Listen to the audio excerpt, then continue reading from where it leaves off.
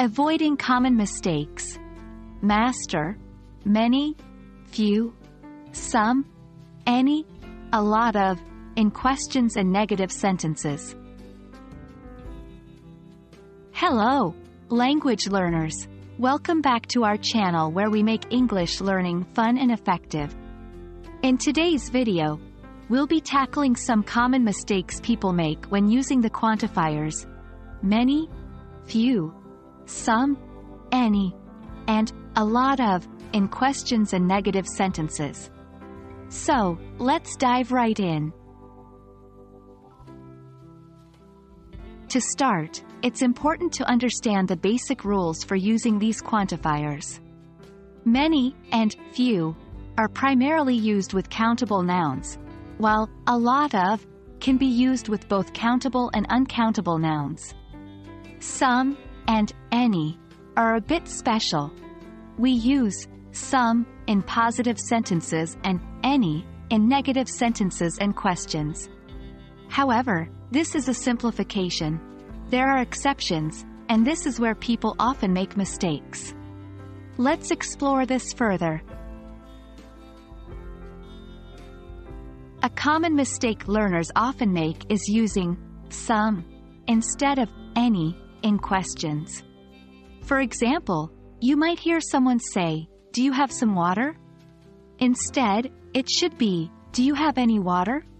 Remember, any is typically used in questions, while some is used in positive sentences.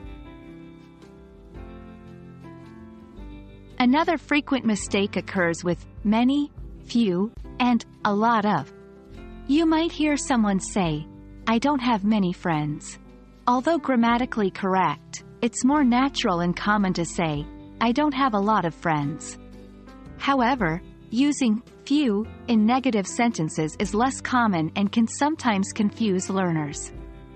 For instance, saying, "I have few friends," does not mean the same thing as "I don't have many friends." Few can imply scarcity, while not many simply denotes a lower number. Lastly, we come to the exceptions. While some is generally used in positive sentences and any in questions and negatives, this rule can change with the tone of the sentence.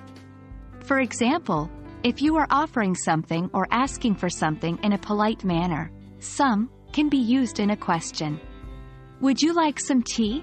is a perfect example of this. Similarly, any can sometimes be used in positive sentences to mean, "It doesn't matter which." For instance, "You can take any book from the shelf."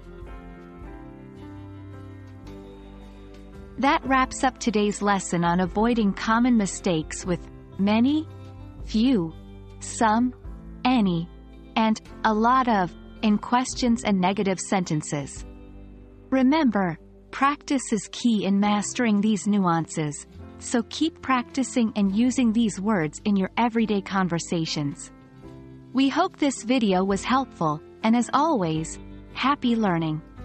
Stay tuned for our next video where we continue to unlock the mysteries of English language learning together.